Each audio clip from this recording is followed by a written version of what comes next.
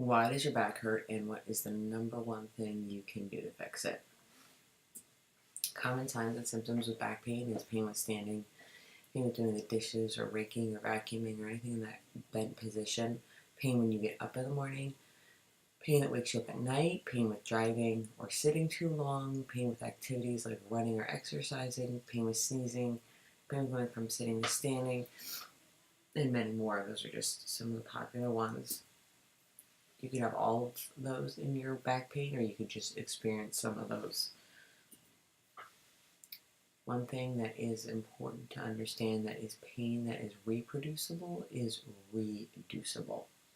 And what that means is if you have pain that is worse when you sit, or worse when you bend over, or worse when you stand, that is pain that something can be done about.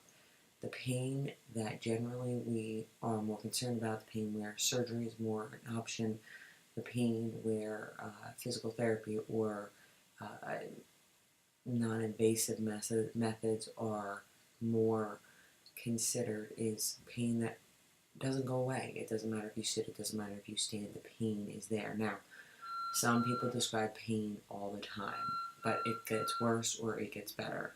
And this is pain that is fixable. So if you have pain, let's say your pain's a 4 or 5 out of 10 all the time, but you notice that if you sit for too long, it goes up to an 8. That's pain that's reproducible. Even though you have a low-grade pain that is always there, it is pain that is reproducible. So this gives people a lot of hope when I tell them this, that pain that is reproducible is reducible. So there's 3 categories on how people handle back pain. You ignore it, you alter it, or you handle it. Most people fall into category 1 when they start out, is they just ignore it.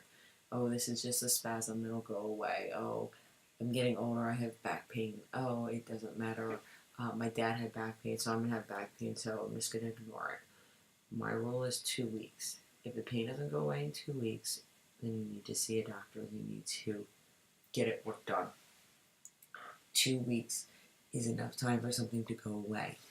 If you notice that the frequency is increasing, let's say you don't have it every day, let's say you have it every month, but now all of a sudden instead of every month, you get it every week. This is a problem that is not going away on its own. So ignoring it no longer works. So you need to get it treated. And the second way people handle it is alter it.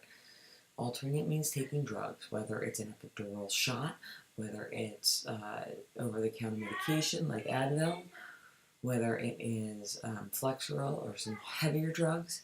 You are altering it. You are not handling it. You are not ignoring it. You decided to say, hey, I have pain, but I'm going to alter it. And then finally, the third way people is handle it. Now, unfortunately, this comes usually after 1 and 2 fail, and then they handle it. So handling it has better results when you get to it right away. 4 main causes of back pain. You have a herniated disc, a stenosis, sacroiliac joint or SI joint, pelvic pain, and compensation.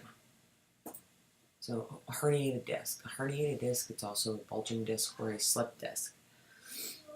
A lot of people who have sciatica, or they call it sciatica, are lumped into a herniated disc category.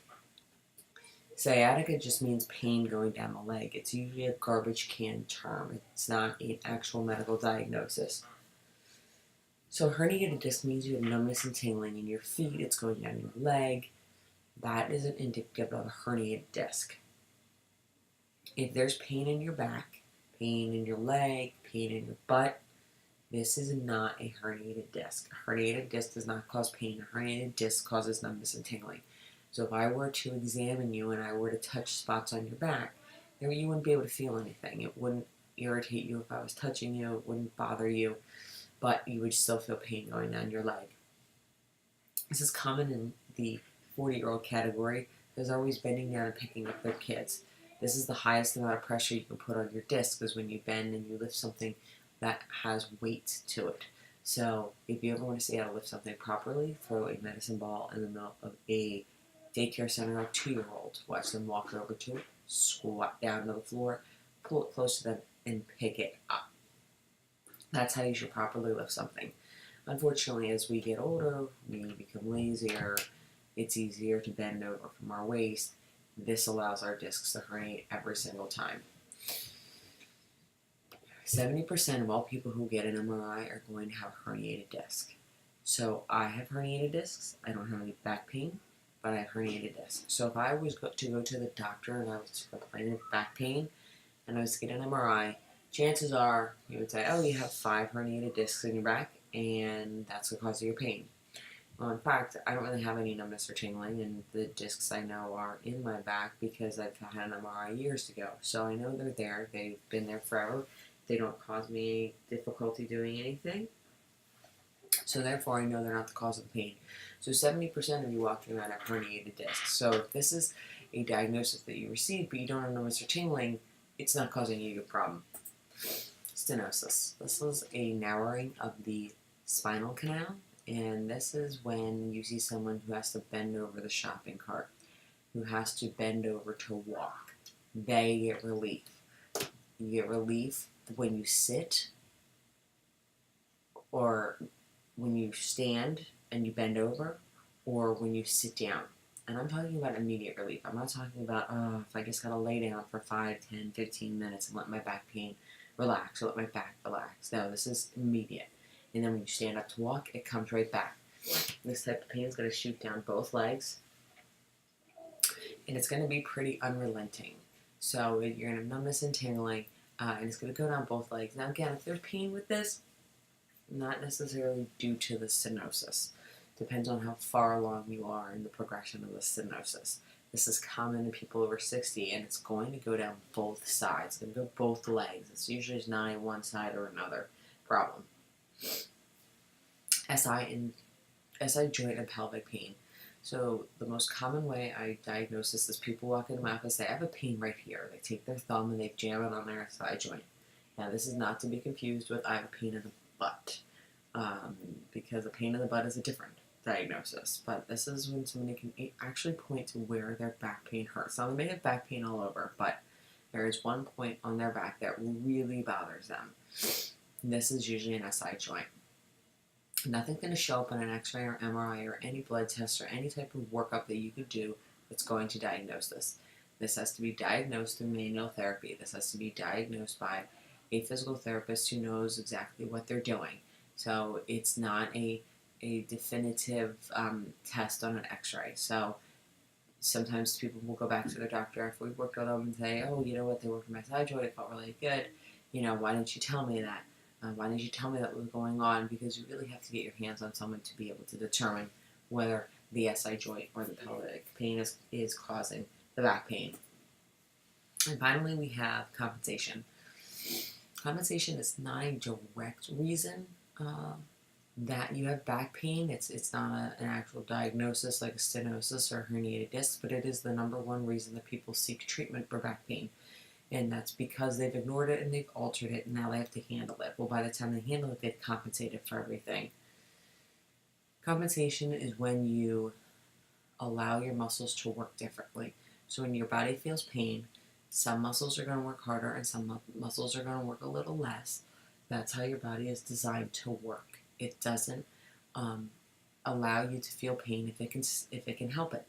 So it will shut some muscles off and it will make some muscles work harder. Well, in doing this, it causes muscles to change how they work.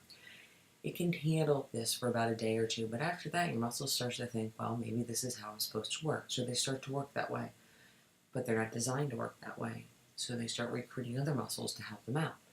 And this is a snowball, and it keeps going and going and going until your muscles finally exhaust themselves and say, hey, we can't compensate anymore.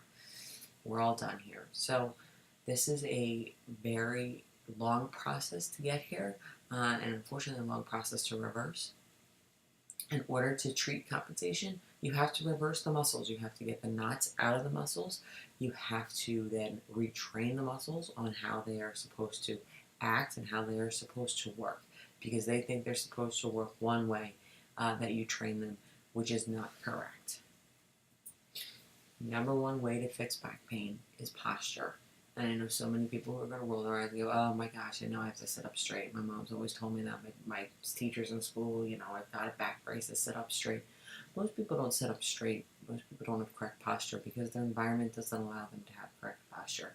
If you have a desk at work and your monitor is off to the side, or it's not at eye level, or you work off a laptop, if you work off a laptop, you have no way to have good posture. If you work on your smartphone for more than 15 minutes at a time, there's no way you will have good posture. If you sit on your couch with your laptop at night and you do your work, you can't have good posture. You're herniating your discs. You're causing yourself back pain. Posture is not just standing up straight. Posture is not just jamming your shoulders back as far as you can. And the other thing is that if you have too much compensation going on, if you're too far gone in the back pain process, you're not going to be able to just sit up straight anyway. You're not going to be able to get into correct posture anyway because your muscles are not going to be at the correct length to do so. So there's a lot of factors that go into posture. It's not just, oh, I know I have to sit up straight or I have to do this sleeping posture. You know, if you're a stomach sleeper, you have to get off your stomach. And if you sleep on your side, you should have pillows in between your knees. You should be hugging a pillow. So don't just think that posture is something where you need to stand up straight and that's going to fix everything. And you can only do it for so long because then you forget your environment should force you into correct posture. You will have to retrain some things like how to lift properly, but for the most part, you should be able to sit up nice and straight at work with a good posture and not have to think about it and not have to force yourself to do so.